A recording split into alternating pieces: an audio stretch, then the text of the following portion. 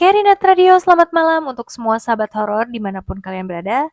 Halo guys, tetap bersama gue Laras yang akan menemani sobat horor semua kali ini di segmen Kasohor, kisah nyata sahabat horor. So, ikutin terus Kasohor di Scary Night Radio. Sebelum mulai, bantu klik subscribe dulu dong guys. Thank you.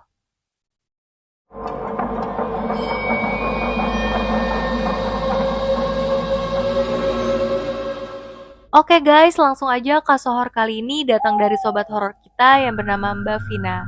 Cerita ini diambil pada tahun 2009 saat Mbak Vina mengikuti kegiatan kampus di sebuah tempat di daerah Jawa Barat. Mbak Vina dan kelima sahabatnya, kita sebut saja namanya Cia, Amel, Jessie, Vivi, dan Niken. Mereka saat itu akan mengikuti kegiatan kampus selama 3 hari 2 malam. Jadi, mereka berangkat pagi sampai TKP siang nih guys. Terus pas sampai sana, mereka ngumpul dan biasa dengerin arahan dari dosen dulu kan. Habis itu mereka milih tenda untuk nginep. Tempat nginepnya tuh seru gitu guys, kayak tempat camping-camping pakai tenda-tenda gitu.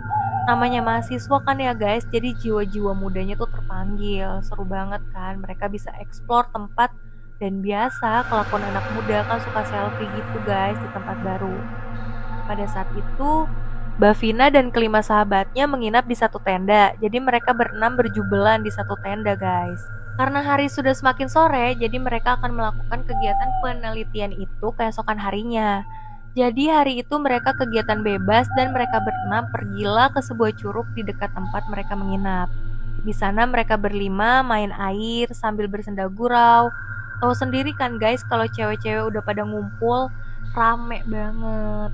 Pada malam harinya, mereka ngumpul dengan teman-teman lain, ada api unggun, terus main gitar, nyanyi-nyanyi, ya standar lah ya guys kalau camping, canda-canda, ceng-cengan gitulah pokoknya. Tapi nih guys, yang nginep di tenda itu cuman para mahasiswa doang.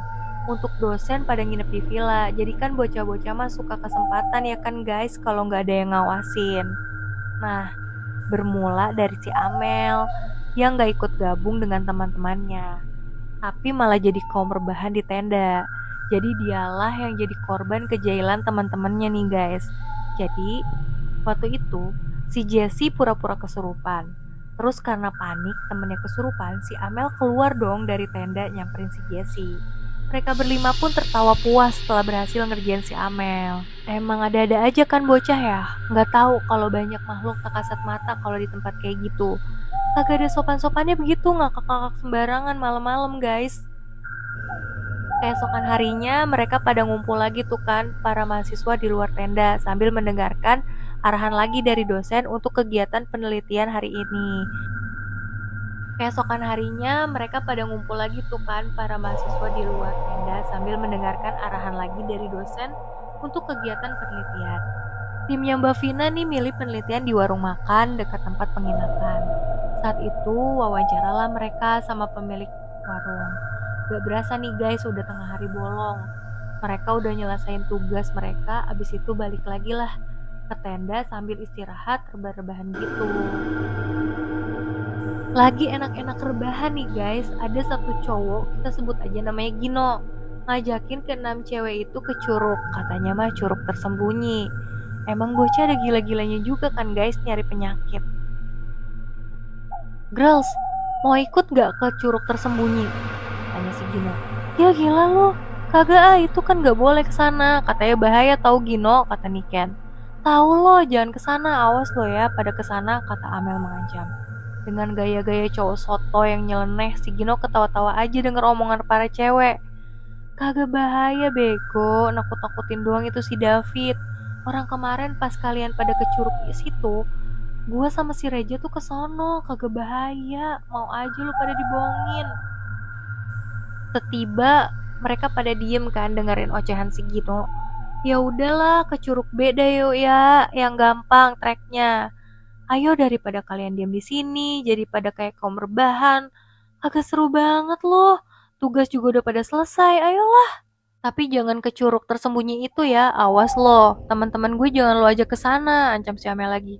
Iya, udah ayo cus keburu maghrib nih. Soalnya kalau udah maghrib nggak ada penerangan, kata si Gino lagi. Nah, Bavina, Cia, Vivi, Niken, sama Jessie tuh ngikutin si Gino ke Curug B. Si Amel mageran banget bocahnya guys, jadi kaum rebahan dia di tenda. Mereka pun jalan berenam ke Curug B. Kata Mbak Vina jalannya tuh curam, terus licin banget guys, bahaya banget deh treknya. Terus beberapa meter menuju curug ada batang pohon yang melintang di tengah jalan, kan kayak di film-film horor gitu guys. Kalau ada batang pohon yang melintang gitu berarti kagak ada yang boleh lewat situ, bahaya. Tapi emang dasar tengil ya, si Gino tetap ngajak para cewek ngelewatin jalan situ juga. Gino, ini lo yakin kita lewat sini? Balik aja yuk, kata Niken yang terlihat sudah ketakutan guys. Kagak, aman, udah yuk jalan, kata si Gino santuy melewati batang pohon yang melintang. Gino, ini kalau ada apa-apa sama kita gimana? Udah jauh nih dari tenda, ucap Vivi. Aman, asal lo pada ngikutin gue. Ya tengil banget sih Gino. Kalau jadi mereka mah gue udah balik lagi sobat horor. Gak berapa lama nih mereka sampai di curug. Suasananya tuh sepi banget, cuman ada mereka berenam doang guys. Gino, ini bukan curug tersembunyi itu kan? Tanya si Jessie. Yalah bukan, kan lo pada gak mau kesana, kata si Gino. Setelah sampai di curug, Mbak Vina, Gino, sama si Vivi main air deh tuh. Mereka gak ngerasain apa-apa tuh di situ, malah seru-seruan ciprat-cipratan air. Lagi seru-seruan main air, si Jessie tiba-tiba ngajak pulang guys. Katanya dia ngerasa hawanya gak enak gitu. Guys, pulang yuk, udah sore, jangan lama-lama di sini, kata si Jessie. Akhirnya mereka pun pulang lah, karena ngeri juga kan kalau pulang udah mau gelap. Lagi menyusuri jalan pulang, di tengah jalan si Cia manggil-manggil pacarnya udah meninggal dong guys. Pucok, kamu di mana? Muncul dong, aku kangen. Wah, ngeri banget kan sobat horor. Merinding gue. Asli, gue kalau jadi temennya Mbak Vina nih, ngibrit gue sih balik, ngeri banget. Seketika Mbak Vina dan teman-temannya pun kompak ngomong, jangan macem-macem dah lu Ci, kalau ngomong ini di alam nih bahaya. Tahu lu Ci, udah deh, kalau beneran datang gimana? Tanya si Gino kan. Ya nggak apa-apa lah, malah aku seneng, saut si Cia. Udah Ci dijaga tuh mulut, kesel Jessie. Aku mau ikut kamu Cok, ucap si Cia lagi kan. Ci diem Ci, gue merinding nih, mana udah mau maghrib juga, fokus ke jalanan aja saut Niken. Pas sampai tenda guys, kan udah menjelang maghrib, mereka langsung ditanya sama panitia, mana aja loh, ini udah mau maghrib, kenapa baru nyampe? Iya maaf, ke curug situ doang, kata si Gino. Pas dilihat waktu udah menunjukkan pukul 17.30. Udah gitu, Mbak Vina langsung mandi di MCK deket tenda di situ kan. Dia ngeri-ngeri sedep juga mandi malam-malam kan guys. Malamnya mereka berenam main ABC 5 dasar tuh di dalam tenda. Abis itu mereka ketawa ngakak dan gak sadar lagi azan maghrib. Emang bocah gak ada sopan-sopannya kan sobat horor? Jangan pada berisik, lagi azan, kata temen yang lain menegur. Setelah itu mereka pada diem tuh abis ditegur sama temennya guys. Tiba-tiba si Gino datang lagi.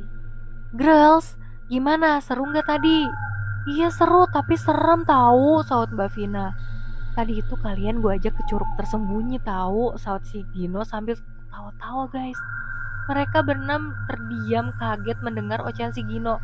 Goblok lo, untung teman-teman gue gak kenapa-napa, kata Amel marah. Setelah azan maghrib selesai, si Cia tiba-tiba pusing sama mual-mual gitu guys. Guys, kok gue pusing ya, kata si Cia. Lo sakit Ci? Tanya Jessie.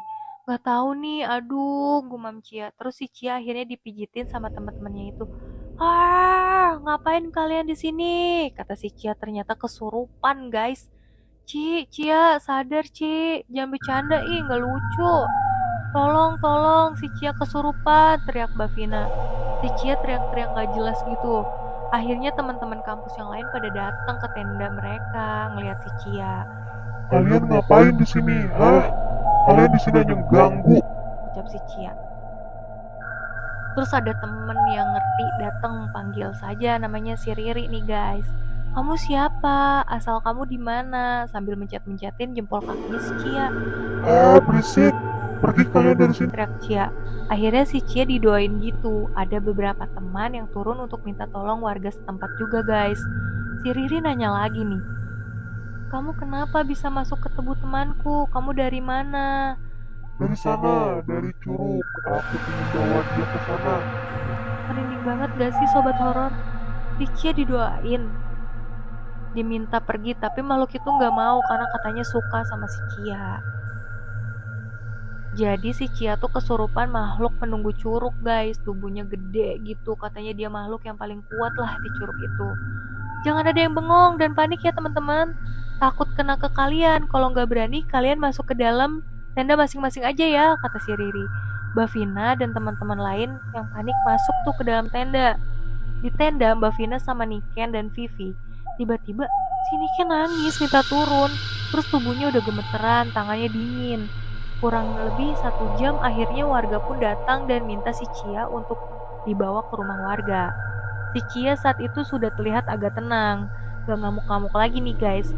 Katanya si Riri udah keluar tuh makhluk dari tubuh si Cia. Panitia pun minta si Cia untuk ke bawah ke rumah warga. Ci, udah tenang loh. Yuk ikut gue sama yang lain ke bawah biar aman. Emang kenapa kalau di sini? Gue udah nggak apa-apa kok, lemes juga gue, ngeri nggak kuat jalan, kata si Cia. Gak apa-apa Ci, ada kita kok. Gue yang jagain lo, kita pegangin lo. Iya, insya Allah aman. Kalau di sini nggak aman Ci, sama teman-teman yang lain. Akhirnya si Cia setuju tuh guys untuk dibawa ke rumah warga. Sebelum pergi, teman sekelasnya Mbak Vina Bambang nyamperin ke tenda mereka. Temen lo si Cia kita bawa ke rumah warga ya. Kebetulan ada yang paham nih soal beginian. Kalian di sini aja, temen lo aman. Gue mau ikut, gue nggak mau di sini, gue takut, kata si Niken. Jangan, lo di sini bareng yang lain. Gak apa-apa, malah kalau lo ikut kita yang ada lo makin takut, kata Bambang. Emang kenapa sih? Tanya Niken. Rame banget pas turun di situ, kata Bambang. Rame, bingung Niken. Iya rame, tahu kan maksud gue bahaya. Udah lo di sini aja, saut Bambang. Iya Ken, di sini aja sama kita, dijagain juga kok sama yang lain di sini, kata Vivi. Iya tuh, tolong temenin tuh, sini Ken ya, kata si Bambang. Oke, kata Mbak Vina. Dek, deket-deket gue ya, jangan kabur. Lo juga Vi, deket gue, kata Niken. Jadi nih guys, Dek di sini tuh maksudnya si Mbak Vina. Dia dipanggil Dek sama sahabat-sahabatnya itulah. Iya, gue di sini kok, gue juga takut BTW, kata Mbak Vina. Singkat cerita, pokoknya si Cia masih suka kesurupan gitulah di rumah warga. Katanya sih si Cia belum 100% sadar, masih ketempelan penunggu curug. Pas mau dibawa ke rumah warga, baru berapa meter dari tenda udah teriak-teriak dan ngamuk-ngamuk. Saat itu pokoknya suasana jadi chaos nih guys. Si Mbak Vina dan teman-temannya tuh denger dari dalam tenda. Jadi mereka nggak tahu persis kejadian di luar tuh kayak gimana. Menurut cerita temannya yang nganterin si Cia ke rumah warga. Jadi selama perjalanan itu si Cia ngoceh-ngoceh gak karuan. Maki-maki temennya Mbak Vina yang nganterin sama maki-maki warga juga tuh yang ikut bantuin guys. Keesokan harinya Mbak Vina sama teman-temannya yang satu tenda saat itu lagi beres-beres. Tiba-tiba Cia datang sama teman-temannya tanpa warga setempat nih guys. Lah, kok si Cia kesini? Apa nggak bahaya tuh? Ucap Mbak Vina dalam hati. Terus mereka menghampiri si Cia, ngelihat keadaan Cia. Apa udah baik-baik aja gitu kan? Cia lu udah nggak apa-apa? Tanya Amel. Iya makasih ya kalian semua udah bantuin gue, so Cia sambil masih lemes gitu guys. Pas mereka duduk-duduk sambil nungguin dosen datang, tiba-tiba si Cia posisinya tadi yang lagi rebahan gitu. Kesurupan lagi guys, tapi kali ini dia nggak ngamuk-ngamuk. Halo semua. Waduh si Cia kambuh lagi. Halo juga, ini siapa? Tanya Riri. Aku yang tinggal di sini. Ini bukan yang kemarin ya? Bukan, dia mah jelek. Jadi ini mah kayaknya si Cia kerasukan Mbak Kunti guys, abis ketawa mulu. Saat itu Mbak Vina dan teman-teman kampus lainnya mengelilingi si Cia sambil baca doa. Terus si Cia yang lagi kesurupan kayak gak nyaman gitu, karena semua orang pada ngucapin doa-doa. Berisik, udah jangan cuap-cuap lagi. Keluar ya dari tubuh temen gua, kasihan dia capek, kata Bambang. Gak, Aku suka sama dia, aku pengen bawa dia, boleh nggak? Gak boleh. Dia udah punya keluarga, keluarganya udah nungguin dia di rumah, kata Bambang. Iya, kasihan temen aku. Udah ya, kamu pergi ya, ucap Amel sambil terisak nangis. Tapi katanya dia mau ikut sama aku. Enggak boleh, kata Amel. Beberapa menit kemudian Mbak Kunti keluar sendiri dong guys. Guys, aku ikut aja ya, katanya. Di situ ada Ucok, ucap si Cia sambil lemas. Jangan, saut kelima sahabatnya kompak. Ci, dia itu bukan si Ucok, dia setan yang mau ngambil jiwa lu, kata si Jessie sambil nangis lihat sahabatnya itu. Di kondisi si Cia yang membuat kelima sahabatnya itu khawatir, mereka pun nangis barengan karena perasaan yang campur aduk kan guys. Takut, khawatir, sedih, pokoknya campur aduk itulah. Cia, emang dia di mana? Tanya Bambang. Di Curug yang kemarin kita ke sana. Ternyata pacar aku di sana juga, saut Cia. Jangan dengerin ya, saut Bambang. Di saat itu Cia bukan seperti Cia yang biasa, tatapannya kosong. Akhirnya dosen pun datang dan melihat keadaan Cia. Yuk pulang Ci, ajak Amel. Gak mau, aku mau tinggal di sini, rengek si Cia. Kamu punya keluarga Ci, di sini bukan tempat kamu. Setelah dibujuk-bujuk, akhirnya si Cia mau pulang guys. Sampai di rumah, si Cia kesurupan terus tuh, minta tinggal di Curug lah. Gak jelas banget si Cia. Akhirnya si Cia diruqyah sama keluarganya. Alhamdulillah, setelah diruqyah si Cia sembuh guys. Gak ngerengek-rengek lagi minta tinggal di Curug. Sumpah, ngeri juga ya cerita dari Mbak Vina. Merinding juga gue bacainnya. Pesennya buat kalian semua nih guys, kalau udah dipesenin dilarang ke tempat yang gak boleh dikunjungi, jangan bandel. Apalagi sampai bengong-bengong sambil mikirin ayam. Dasar bocah, jiwa penasarannya kan masih menggebu-gebu kan ya guys ya. Ingat-ingat ya, bocah-bocah di luar sana. Kalau lagi di alam, apalagi camping atau naik gunung dibilangin jangan kesana ya jangan. Jadi pelajaran nih dari kisah pengalamannya Mbak Vina ini. Oke guys, itulah cerita dari sobat horor kita Mbak Vina. Terima kasih Mbak Vina sudah berbagi pengalaman di Kasohor, kisah nyata sahabat horor. Sampai jumpa lagi guys di Kasohor selanjutnya.